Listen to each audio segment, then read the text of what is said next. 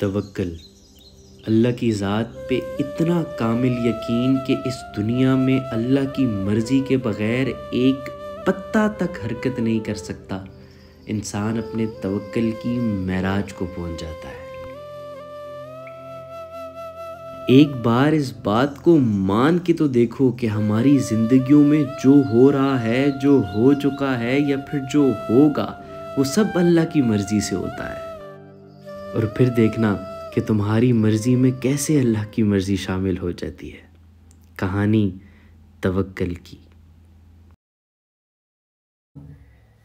मैंने ना अक्सर अपने बड़ों को ये बोलते सुना है कि इंसान का रिस्क जिस जगह पे लिखा होता है ना, इंसान वहां पे खुद पहुंच जाता है। अल्लाह खुद ऐसे वसीले बनाना शुरू करता है कि इंसान अपने मुतय्यन करदा रिस्क की जगह पे खुद पहुंच ही जाता है।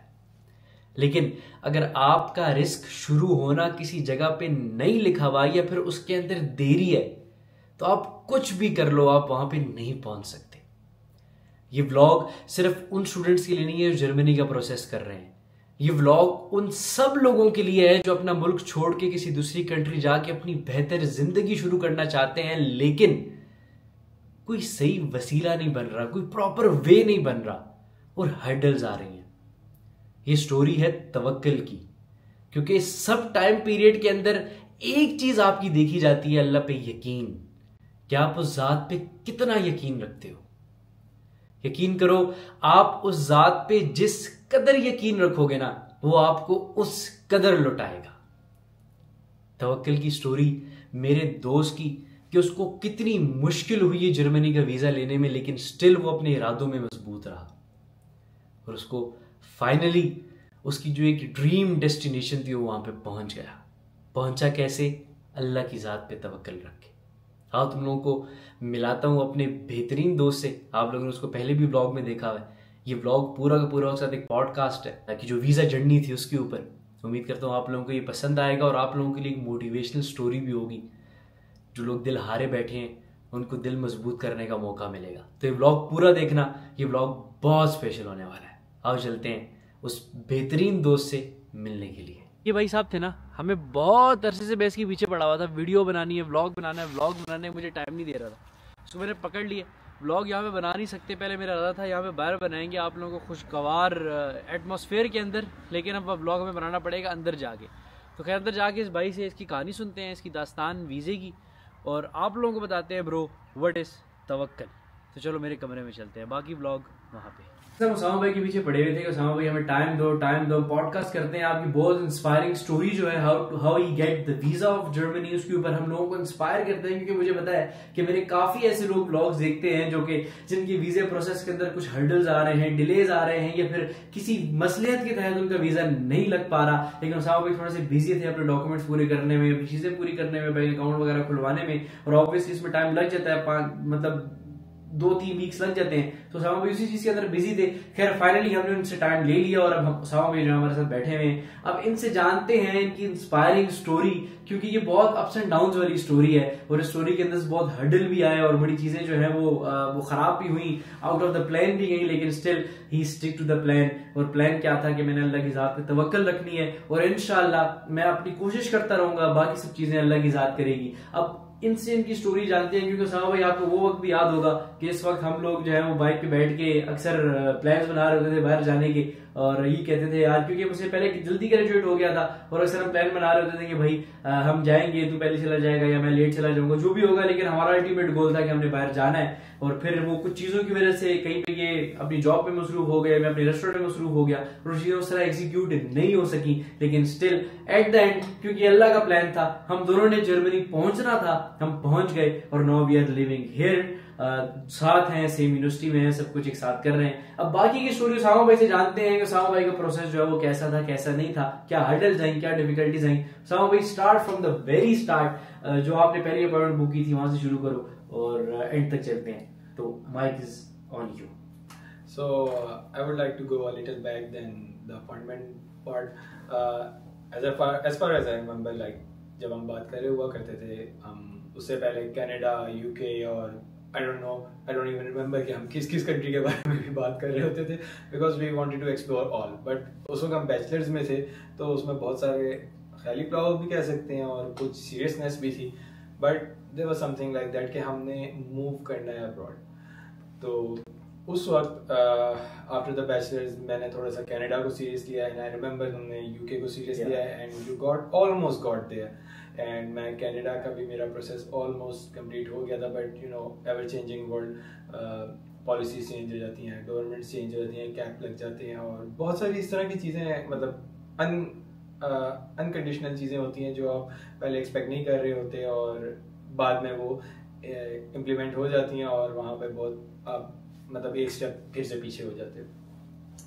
तो जर्मनी तो कभी सोचा भी नहीं था मैंने ना तुमने, और जब ये चीज़ें एक साथ हुई कि आपका यूके का कैंसिल हुआ और मेरा कनाडा का जाने का कैंसिल हुआ, तो उसके बाद तुमने कहा कि लाइक जर्मनी एक अच्छा ऑप्शन है। yes, और अप्लाई भी आई रिमेम्बर के सेम टाइम पे किया था, बट तुम्हारा फास्ट ट्रैक था, मेरा नॉर्मल ट्रैक था। और उस वक्त एम्बेसी की जो अपॉइंटमेंट सिस्टम था वो भी क्वाइट लाइक कॉम्प्लिकेटेड था, कॉम्प्लिकेटेड इन सेंस के फर्स्ट कम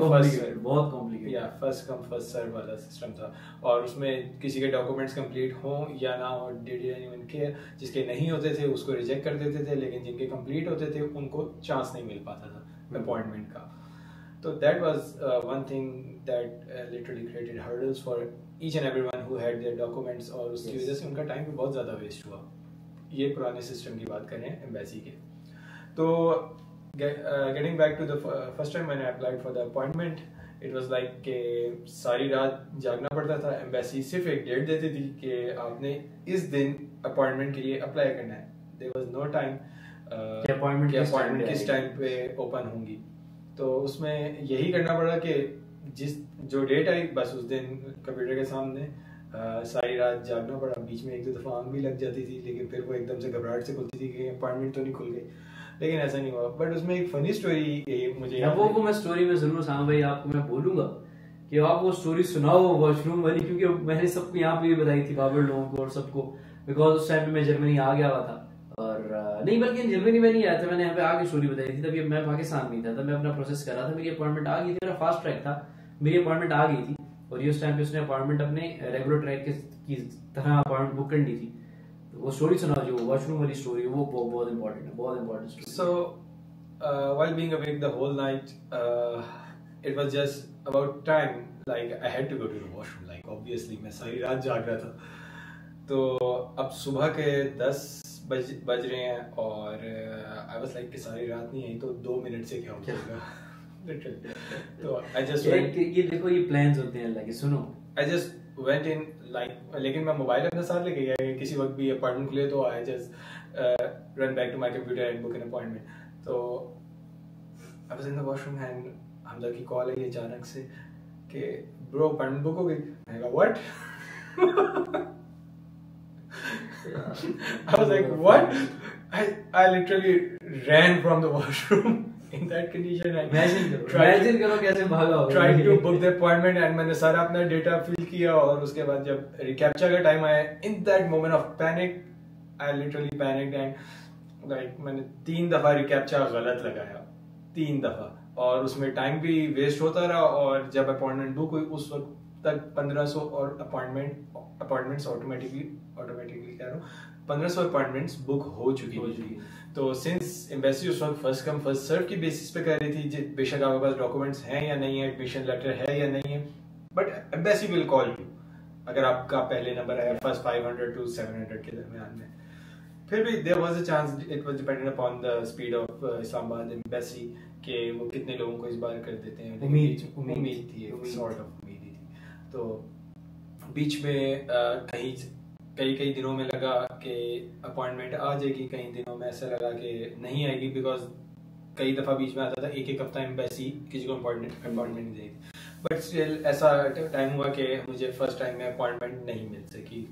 800 स्टूडेंट्स के बाद they just stop giving appointment और वैसे भी मेरा एक सेमेस्टर उस वक्त तक वेस्ट हो चुका हुआ था। तो मैंने री-एनरोल कर दिया अपने आप को यूनिवर्सिटी से उस वक्त के लिए, ताकि मेरा सेमेस्टर वेस्ट ना हो। और मैंने फिर नेक्स्ट जो इनटेक थी उसमें दोबारा से यूनिवर्सिटी में अप्लाई किया। मतलब इसने एक दफ़ा यूनिवर्सिटी में अप्लाई किया था, यूनिवर्सिटी क्योंकि वो नहीं हो सका, हमारी यूनिवर्सिटी डेफरमेंट नहीं देती, एक ही डिग्री की एनरोलमेंट चल रही होती है।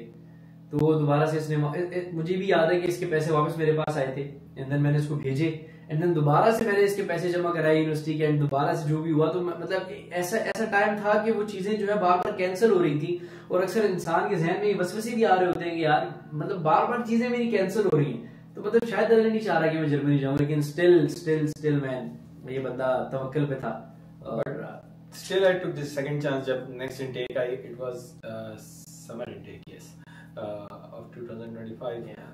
उसमें मैंने सोचा कि why not book through an agent, कि मैं उनके पास सॉफ्टवेयर होते हैं whatever, वो जिस के थ्रू भी करते हैं, तो they were charging around like 0.5 million उस वक्त, तो ये 5 लाख रुपए, ऑलमोस्ट 5 लाख, डिपेंड करता है आप किसके थ्रू करा रहे हैं। कुछ आपको बहुत ज़्यादा उम्मीदें दे देते हैं कि आपका पहला नंबर होगा, आपका 10वां नंबर होगा, कुछ होते हैं कि कहते हैं कि फर्स्ट 500 में आ जाएं, कुछ होते हैं जो कहते हैं कि बस आप फिक्र ही ना करें, आप पैसे दें और भूल जाएं।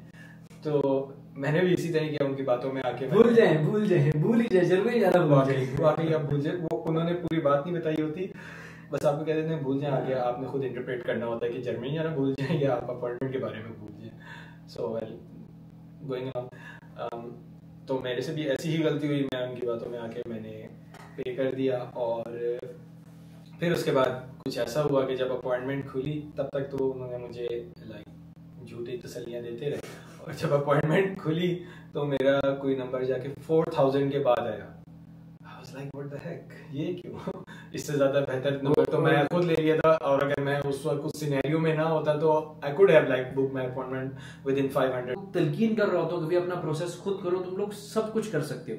खैर उसके बाद सामा भाई को हो गया नुकसान, और उसके बाद सामा भाई जो है वो बिल्कुल अपना दिल हार के बैठ गए हुए थे उस टाइम पे। लाइक वो होता है ना कि बिल्कुल नाकाम आशिक। और इसकी मुझे अच्छी तरह याद है कि जब सेकंड अपॉइंटमेंट का इसका सारा सिनेरियो हुआ था ना, इसने मुझे कॉल की थी, और उस कॉल पे ये इतना उदास था कि लाइक वो बिल्कुल हारा हुआ बंदा होता है ना कि यार बस नहीं हो रहा, मैं अपना काम करूंगा, और जो मैं जॉब कर रहा हूँ, क्योंकि बहुत अच्छी जॉब कर रहा था पाकिस्तान में भी, बहुत अच्छी जॉब कर रहा था, जो कर रहा हूँ बस वही करता रहूंगा और पाकिस्तान के अंदर ही ग्रो करने की कोशिश करूंगा।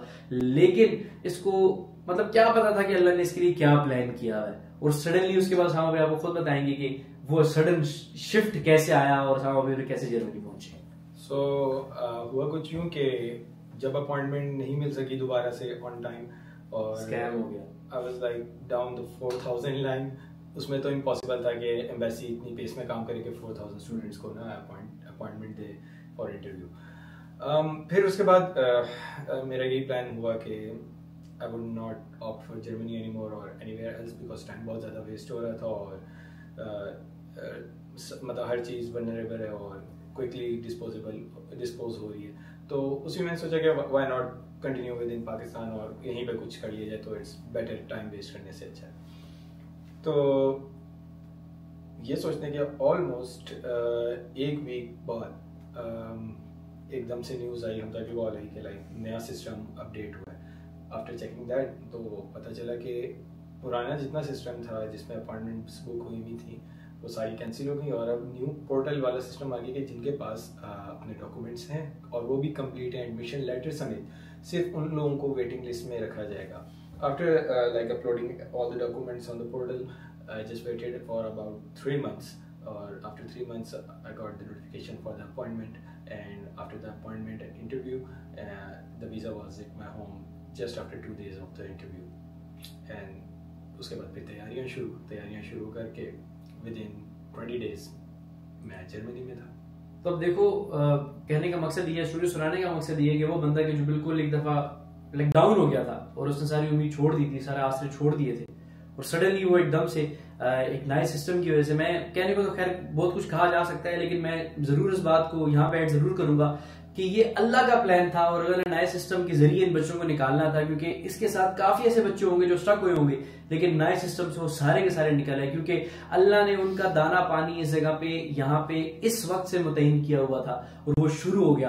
तो ये एक बहुत स्ट्रॉन्ग मैसेज है उन सब लोगों के लिए जो कि इस चीज से परेशान है कि यार हमारी जिंदगी में कुछ अच्छा नहीं हो रहा और हम जो है वो बेटरमेंट की तरफ नहीं जा रहे। तो लिटरली अल्लाह की जात पे यकीन रखो, और अगर ऐसे भी नहीं है कि मैं बिल्कुल ये बात भी करूंगा कि अल्लाह की ज़ात बेइंसाफ नहीं है। अगर आप माज़अल्लाह ये समझते हो कि यार आपके साथ बेइंसाफी हो रही है और बच्चे निकल गए हैं, आप नहीं निकल सक रहे हो, तो यकीन करो कि आपके लिए पाकिस्तान में अल्लाह ने इतना कुछ अच्छा प्लान किया है ना, और जब वो आपके लिए होना शुरू होगा तो आप यकीन भी नहीं कर सकोगे वो चीजें कैसे हो रही हैं, वो दरवाजे कैसे खुल रहे हैं। तो अल्लाह की ज़ात पे तवक्कल कभी ना छोड़ना, अल्लाह की ज़ात पे एतबार यकीन कभी ना छोड़ना, और अपनी मेहनत करते रहो, इंशाल्लाह आपको उसका सिला जरूर मिलेगा। जिस तरह ये आउट ऑफ नोवेयर सडनली इस तरह पिक करके इधर फेंक दिए गए, आप लोगों का भी काम ऐसे ही होगा और आप लोग भी ऐसे उठा के अपनी बेहतरी की तरफ फेंक दिए जाओगे और बहुत निजाम बेहतर होगा आपकी जिंदगी का। तो भाई आखिर में भाई उसामा भाई कोई ऐसा कोई मैसेज देना चाहोगे कि यार स्टिक टू योर तवक्कल, स्टिक टू योर नसीब, बाकी अल्लाह बेहतर करता है, कुछ पैगाम देना चाहोगे? हाँ, stick to your plan, stick to your goals और गो विद द फ्लो, जो भी होगा देखा जाएगा। भाई ये था आज का ब्लॉग। उम्मीद करता हूँ आप लोगों को पसंद आया होगा और ये स्टोरी सुन के आप लोगों को मजा आया होगा। अपनी बहुत सारी दुआ में याद रखना, इंशाल्लाह आपसे मुलाकात करेंगे एक नए ब्लॉग में। तवक्कल रखो, अल्लाह की ज़ात पे यकीन रखो, अल्लाह बहुत बेहतर करने वाली ज़ात है। बहुत शुक्रिया आप लोगों ने इतना पेशेंस से मुझे सुना और ये पूरा पॉडकास्ट सुना।